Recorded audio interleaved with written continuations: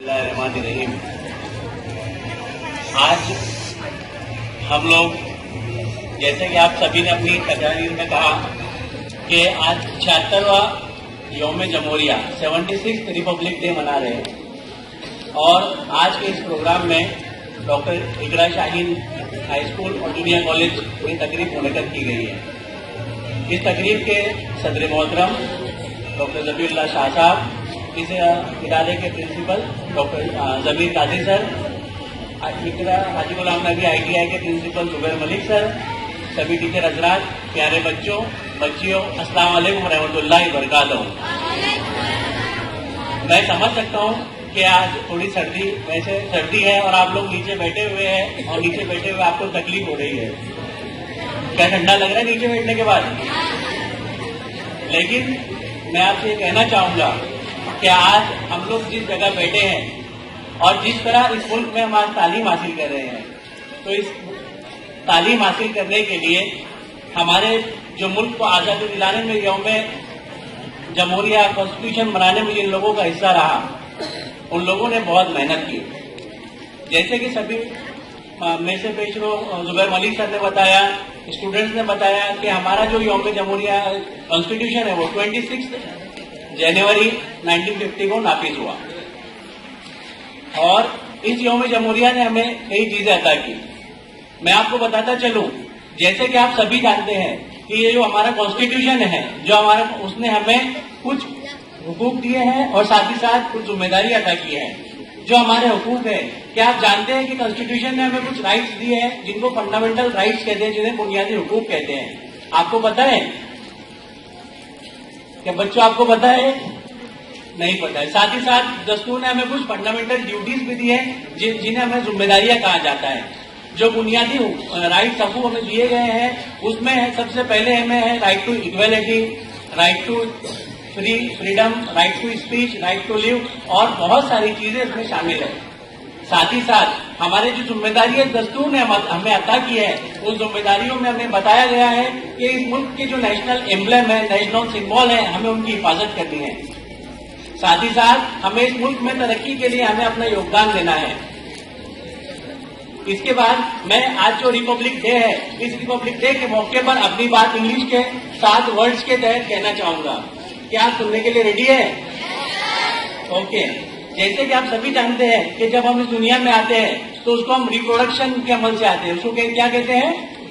Reproduction.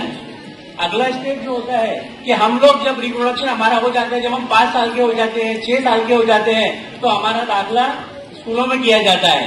पहले हम हमारी माँ बाप के तहत सीखते हैं। हमारा दाखिला जब स्कूलों में किया जाता है तो हम उसको क्या बोलते हैं? रीड बोलते हैं। क्या बोलते हैं? पढ़ाई करने के लिए हम लोग आते हैं।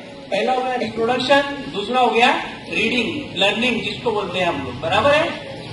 इसके बाद जब हम लर्निंग के फेज में गुजरते हैं, जब हम स्कूल में आते हैं, primary school, high school, junior college में जाते हैं, तो उसमें हमारे उस्ताद हमें कुछ सिखाते हैं। उसको हम क्या बोलते हैं? सीखने के दौरान जो लर्निंग प्रोसेस होता है, उसके अंदर 2 तरीके के अमल होते हैं।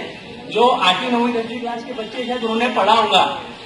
उसमें जो लर्निंग होता है, लर्निंग में 2 तरीके से होता है। एक होता है रिफ्लेक्शन, एक होता है रिफ्रैक्शन। पढ़ा है आपने? मुनक्किद, अमल मुनक्किद और अमल इनराब।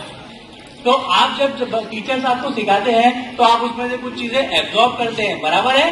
कुछ चीजें टीचर्स को रिप्लाई करते हैं और इस तरह हम आगे बढ़ते हैं। अगला वर्ड जो मैं कहूंगा, जब हम तालीम हासिल कर लेते हैं, आप जब जूनियर कॉलेज से आगे जाते हैं तो आप जिंदगी की रिंग में आते हैं। एक जो दायरा होता है, जिंदगी के रिंग में आते हैं और जब आपको जो तालीम ली जाती है वो आपके काम में आता है।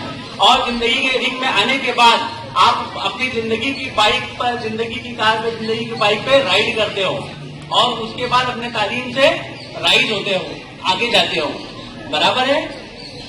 तो इन सब चीजों के बीच बताने के पीछे मेरा मकसद ये है कि हमें जो इख्तियार दिया गया, ये हमारी किस वजह से होता है? जो हमारे कॉन्स्टिट्यूशन में हमें इख्तियार दिया गया, आर्टिकल 28 और आर्टिकल 29 में हमें जो इख्तियार दिया गया कि इस मुल्क में हमें माइनॉरिटीज को अपने इदारे कायम करने का हक दिया गया और इस हक के तहत इस इदारा का कयाम अमल में आया और इस इदारे में आप तालीम हासिल कर रहे हैं। तो मैं आप सभी हजरात से इस इदारे के लिए चाहूंगा कि आप इस इदारे के लिए हमेशा दुआ करते रहें।